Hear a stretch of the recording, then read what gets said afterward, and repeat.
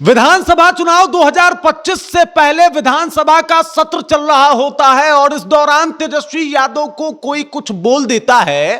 फिर क्या था, मनेर विधायक भाई वीरेंद्र खड़े हो जाते हैं और सीधे तौर पे संजय सरावगी और सम्राट चौधरी से उलझ जाते हैं। लगातार जो है वो बोलना शुरू करते हैं और उसके बाद एकदम से जो भी वहां पे सब लोग बैठे थे, सब लोग उनको शांत कराना शुरू करता है। ये दिखाता है कि साहब जो है वो कितने आरजेडी के लिए लॉयल हैं। लेकिन अब चीजें पूरा का पूरा बदल चुका है। मतलब वही मनेर विधायक भाई वीरेंद्र जो है उनके सुर अलग हो गए हैं और उन्होंने बता दिया है कि आखिरकार आरजेडी हारा क्यों। हार का वजह सीधे या फिर इनडायरेक्टली तौर पे जो है उन्होंने तेजस्वी यादव के ऊपर फोड़ दिया है और यह चीजें बता रही है कि एक और यादव नेता आरजेडी से दूर जा रहा है। मतलब धीरे धीरे करके आरजेडी जो है वो अपने समाप्ति के कगार पे है। और अगर आपको देखना हो कि कोई बनी बनाई पार्टी खत्म कैसी होती है तो वो आप आरजेडी को देख के समझ सकते हैं। अगर तेजस्वी यादव अभी भी नहीं चेते,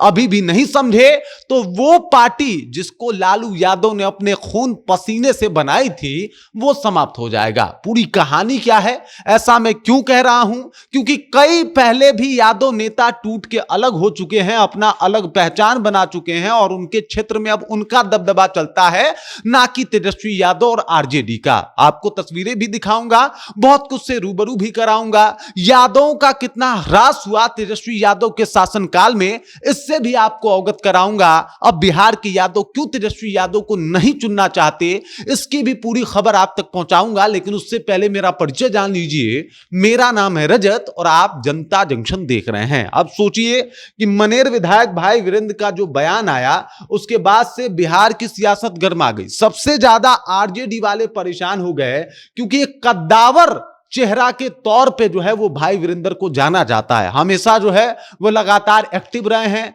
लगातार आरजेडी का जो मुद्दा है उसको उठाते आए हैं और अब अचानक से बोल रहे हैं कि साहब हम लोग चुनाव इस वजह से हारे क्योंकि तेजस्वी यादव ने गलत तरीके से टिकट बंटवारा किया। साथ ही साथ उन्होंने एक और बात कह दिया कि अगर हम चाहते तो कहीं पे मंत्री होते। अब ये कहीं कहां है, ये तेजस्वी यादव समझने से बुरे नहीं हैं। मतलब उनको पता है कि साहब इससे पहले भी हमारे यादव नेता टूटे हैं और वो कहां गए हैं, इसका एकदम जीता जागता सबूत अभी हाल फिलहाल राजबल्लभ यादव हैं, जिन्होंने एकदम से नवादा में, वो कहा जाता है ना, घुसने तक नहीं दिया तेजस्वी यादव को राजनीतिक तौर पे। और अब स्थिति देखिए, भाई वीरेंद्र जो कि पटना क्षेत्र के एक मनेर विधानसभा है वहां से विधायक हैं, वो कह रहे हैं कि साहब हम भी चाहते तो कहीं मंत्री होते लेकिन रुके हुए हैं, बस लॉयल्टी दिखा रहे हैं। तेजस्वी यादव टिकट बंटवारा गलत किए, चुनाव इस बार गलत तरीके से लड़े और इसी का अंजाम हुआ कि आरजेडी 25 सीटों पे आ गया। अब पूरी खबर जो है वो इस तरीके से बनती हुई दिखाई दे रही है जहां पे तेजस्वी यादव ही वो कारण है जिनकी वजह से आरजेडी इस दुर्दशा को जो है वो पहुंच गई है। आरजेडी को बनाया किसने? लालू यादव ने। लालू यादव ने अपना खून पसीना मेहनत सब कुछ एक करके आरजेडी का निर्माण किया। बहुत बढ़िया आरजेडी काम कर रहा था। बिहार में आरजेडी आज भी इस वजह से जाना जाता है क्योंकि वो जो है वो लालू यादव की पार्टी है।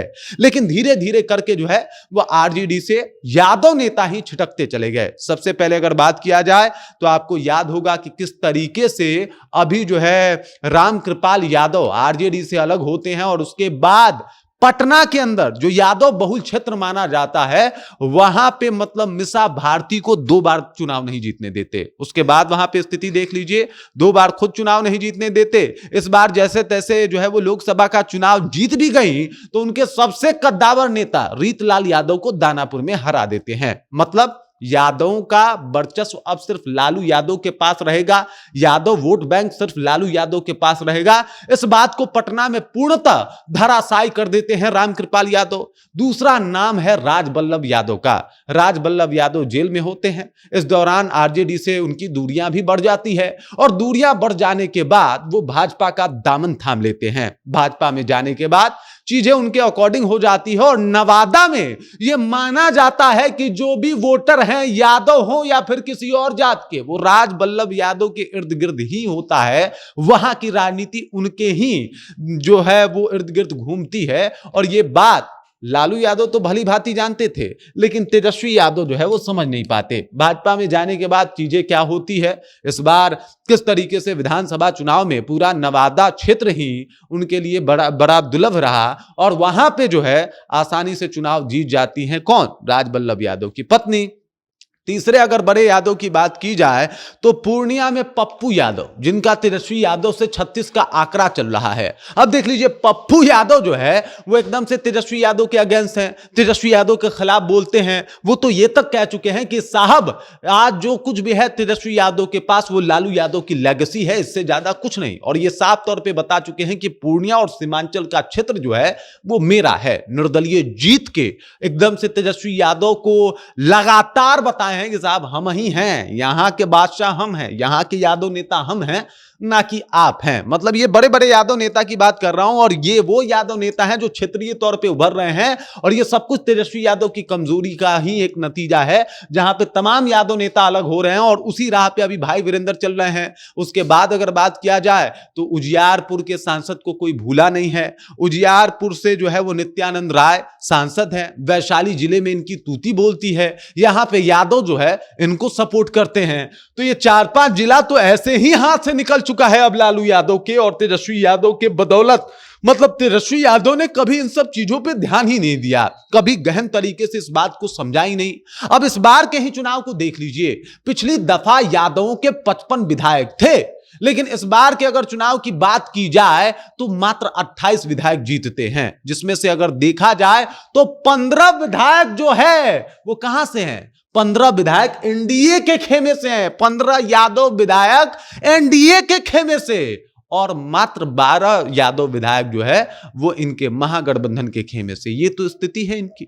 इस तरीके से तो ये इस बार जो है वो चुनाव में वर्चस्व बनाए हैं। यादवों को लग रहा है कि साहब विधानसभा में मेरी मौजूदगी ही घटा दी तेजस्वी यादव ने। तेजस्वी यादव ने धीरे धीरे करके यादव को ही राजनीति से जो है वो हटा दिया। अलग अलग क्षेत्र में अलग अलग यादव नेता जो है वो उभर रहे हैं, लगातार मेहनत कर रहे हैं और तेजस्वी यादव ने बता दिया कि साहब चलिए जाइए, कोई बात नहीं।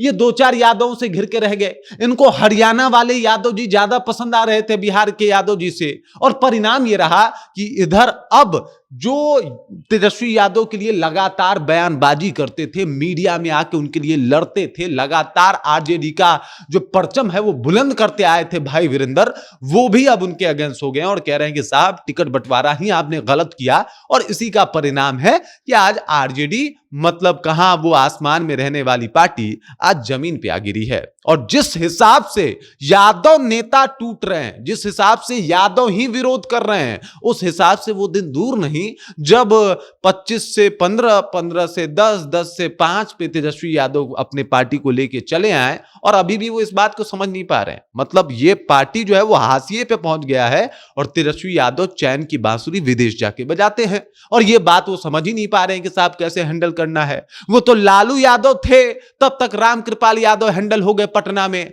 वो तो लालू यादव थे कि साहब पप्पू यादव हैंडल हो गए उधर सीमांचल के क्षेत्र में। वो तो लालू यादव थे जो एकदम से उजियारपुर और वैशाली के क्षेत्र में नित्यानंद राय को हैंडल कर लिए। तेजस्वी यादव के बस का ये लगता नहीं है और अब अगर मनेर विधायक टूटे तो समझ जाइए कि पार्टी का बेड़ा गर्क होने वाला है और स्थिति और ज्यादा आरजेडी का बुरा होगा। बाकी इस खबर, इस जानकारी को लेकर आप क्या सोचते हैं और जिस तरीके से तेजस्वी यादव ने अपने पार्टी को हाशिए पे पहुंचा दिया है उस बात को आप कैसे देखते हैं? कमेंट करके अपना विचार जो है हम तक पहुंचा दीजिए। बाकी आप देख रहे हैं जनता जंक्शन और मेरा नाम रजत है।